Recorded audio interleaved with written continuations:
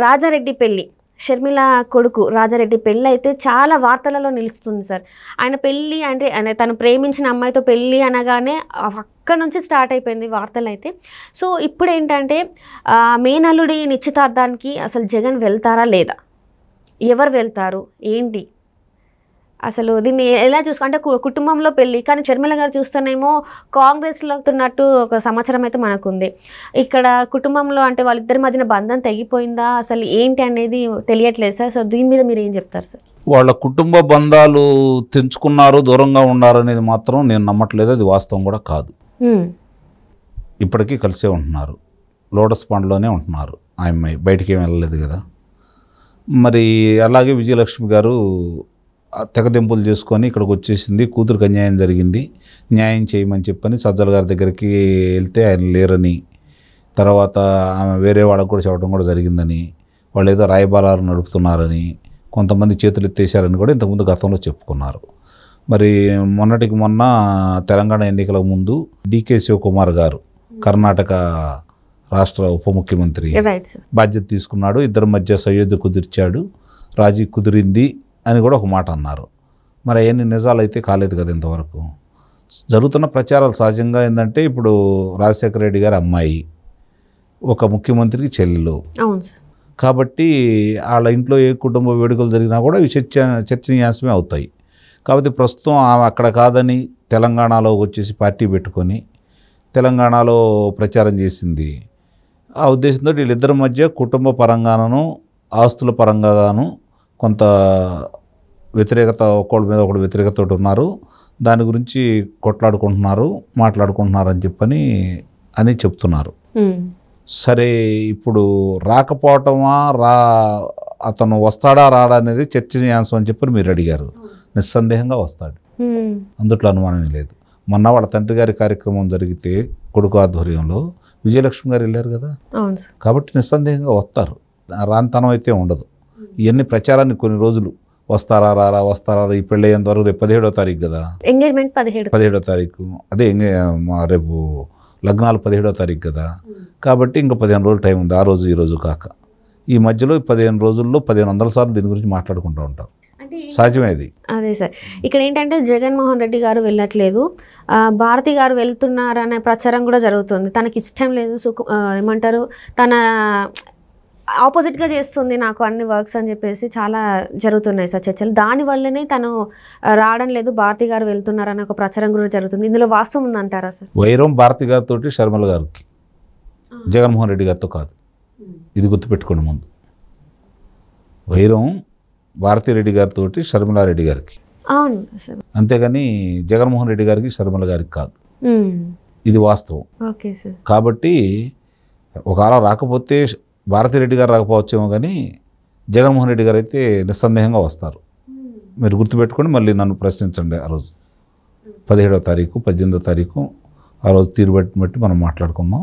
ఎట్టి పరిస్థితుల్లో కూడా జగన్మోహన్ రెడ్డి గారు ఆ వేడుకకి వస్తారు, మేళాలను ఆశీర్వదిస్తారు, సందేహమే లేదు. అంటే ఇంకొక చర్చ కూడా వచ్చింది సార్, ఏమనంటే తను వచ్చి పిలవని కూడా పిలవాల్సిన అవసరం లేదు పెళ్ళికి అని చెప్పేసి ఒక దూత ద్వారా, అంటే ఒక మీడియేటర్ ద్వారా పంపించినట్టు కూడా మనకి ఉన్నాయి సార్. సో అందులో వాస్తవం ఉందంటారా, నన్ను వచ్చి కలవద్దు అని? ఇవన్నీ ఇంకా సమయం ఉంది. మీరు ఎప్పుడంటే 16వ తారీఖు కూడా ఆయనకు సమాచారం ఇవ్వడం కోసం స్వయంగా ఏం వెళ్ళి పిలవలేదనుకోండి, ఆ రోజు మనం మాట్లాడుకుంటే ఒక అర్థం ఉంటుంది. ఇంకా సమయం అయితే ఉంది కదా. అదే కూతురు కొడుకుని మాత్రమే అంటే ఎవరైతే పెళ్లి కొడుకున్న రాజారెడ్డి ఉన్నో వాళ్ళ చెల్లెలు ఇద్దరు వెళ్ళి మేనమామని పిలిచే అవకాశాలు ఉన్నాయి, షర్మిల అయితే వెళ్ళే అవకాశం లేదని చెప్పేసి కూడా చర్చ జరుగుతుంది. అదే చూద్దాం, ఇప్పుడు సమయం ఉంది కాబట్టి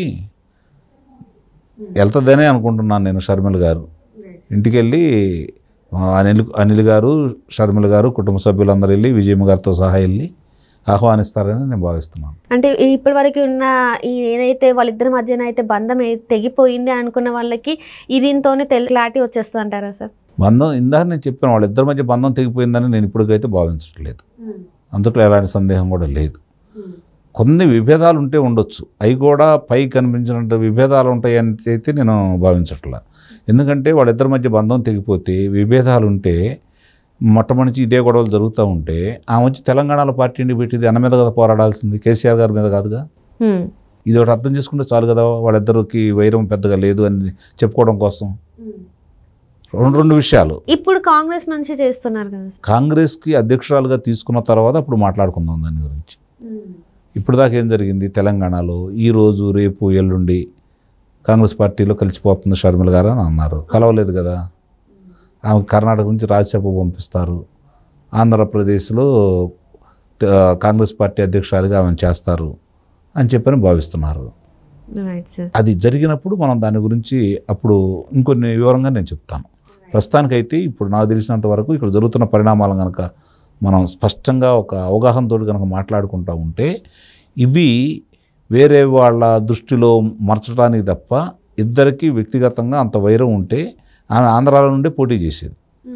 ఏమని చేయాలి ఆమె? నా అన్న రాజన్న రాజ్యం అంటే నా తండ్రి రాజ్యం తీసుకొస్తారని ఆ రోజు మేము చెప్పాము, ఆయన కోసమే మేము తిరిగాము, మంచి పరిపాలన ఇస్తాడు మా అన్నని చెప్పని నేను కూడా చెప్పాను, ఇక్కడే రాజధాని అని చెప్పి కూడా మేము చెప్పాము మంగళగిరిలో కూడా. కాబట్టి మా అన్నను నమ్మండి అని చెప్పాము, అధికారం రావడానికి నా వంతు ప్రయత్నం నేను చేశాను, నా అన్న ఇవన్నీ చేయలేదు కాబట్టి నేను ఇప్పుడు తిరగబడుతున్నానని చెప్పినామనంటే ఒక అర్థం ఉండేది. సాటి మహిళ ఉండి అమరావతి మహిళల మీద అంత దాష్టిక్యం జరిగి అంత ఇబ్బందికరంగా వాళ్ళు ప్రవర్తించినప్పుడు వాళ్ళని గర్భవతిని కూడా వాళ్ళు ఏ విధంగా హింసించారో చూస్తూనే ఉన్నాం. మరి ఇంతవరకు తల్లి కానీ కూతురు కానీ అంటే షర్మిల గారు కావచ్చు, విజయలక్ష్మి గారు కావచ్చు, మహిళల గురించి వెళ్ళి కనీసం ఏమన్నా పరామర్శించారా వాళ్ళని? ఈ వరకు లేదు కదా. నిజంగా అన్న మీద వ్యతిరేకత ఉంటే వ్యతిరేక వర్గాలందరినీ కూడగట్టుకోవాలని కోరిక కనుక ఉన్నట్టయితే ఇక్కడికి వచ్చి సంఘీభావం తెలిపి అక్కడి నుంచి శంకారావం పూరించేవాళ్ళు కదా. మరి ఇవన్నీ జరగట్లేదంటే అన్న మీద వ్యతిరేకతతోటి పనిచేస్తాను ఇప్పుడు కూడా ఎలా నమ్ముకుంటున్నారు? ఎందుకు ఇంత ఆశపడుతున్నారో నాకైతే అర్థం కాని విషయం. ఇప్పటి వరకు షర్మిల గారు కాంగ్రెస్లో చేరుతాను, కాంగ్రెస్ అంటే ఏపీపీసీ అవుతారని చెప్పేసి అన్నదంతా అవాస్తవం అంటారా సార్? ఇప్పుడు అమ్మ అందుకే నేను చాలా వివరంగా కూడా చెప్పాను, ఆమె తెలంగాణలో పార్టీ ఎందుకు పెట్టింది, ఆంధ్రాలో పెట్టకుండా. Right sir. అన్న మీద పోరాడాలనుకుంటే ఆంధ్రాలోనే పార్టీ పెట్టి కదా పోరాడాల్సింది. ఆ రోజు కనుక పోరాడి ఇవన్నీ పోలవరం మేము పూర్తి చేస్తామని చెప్పింది, మరి పూర్తి చేయలేదు. అమరావతి ఒకటే రాజధాని అని చెప్పాము, 3 రాజధానులు చేశాడు, ఇది నీకు న్యాయమైన అన్నా అని చెప్పని ఆమె అడిగి అమరావతి రైతుల మధ్య కూర్చొని వాళ్ళకి సంఘీభావం తెలిపినట్టయితే నిస్సందేహంగా మీరు అన్నదానికి నేను కూడా ఏకీభించేవాడిని. Right sir. మరి అక్కడేమి చేయనప్పుడు రేపు పొద్దున్న చేస్తుందని మనం ఎట్లా నమ్ముతామని నేను అంటున్నాను. ఇప్పటివరకు చేయని వ్యక్తి 4 సంవత్సరాల 7 నెలల 2 రోజులు అవుతుంది ప్రభుత్వం అధికారంలోకి వచ్చి. ఏం చేసింది? అన్నకు వ్యతిరేకంగా ఇన్ని కార్యక్రమాలు జరుగుతూ ఉంటే దళితుల్ని హత్య చేసి ఒక మండలి సభ్యుడై ఉండి, శాసనమండలి సభ్యుడై ఉండి హత్య చేసి తన దగ్గర పనిచేసే వ్యక్తిని ఇంటికి తీసుకెళ్ళి ఇంటి ముందు పడేస్తే దానికి స్పందించలేదు కదా. మరి అవి ఏమి కనపడినప్పుడు రేపొద్దున ఏం కనపడతాయి వాళ్ళకి?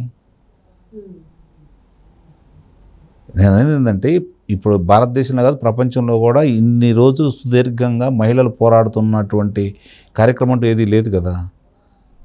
మరి ఈరోజు మరి 4 సంవత్సరాలు కూడా నిండిపోయినాయి కదా.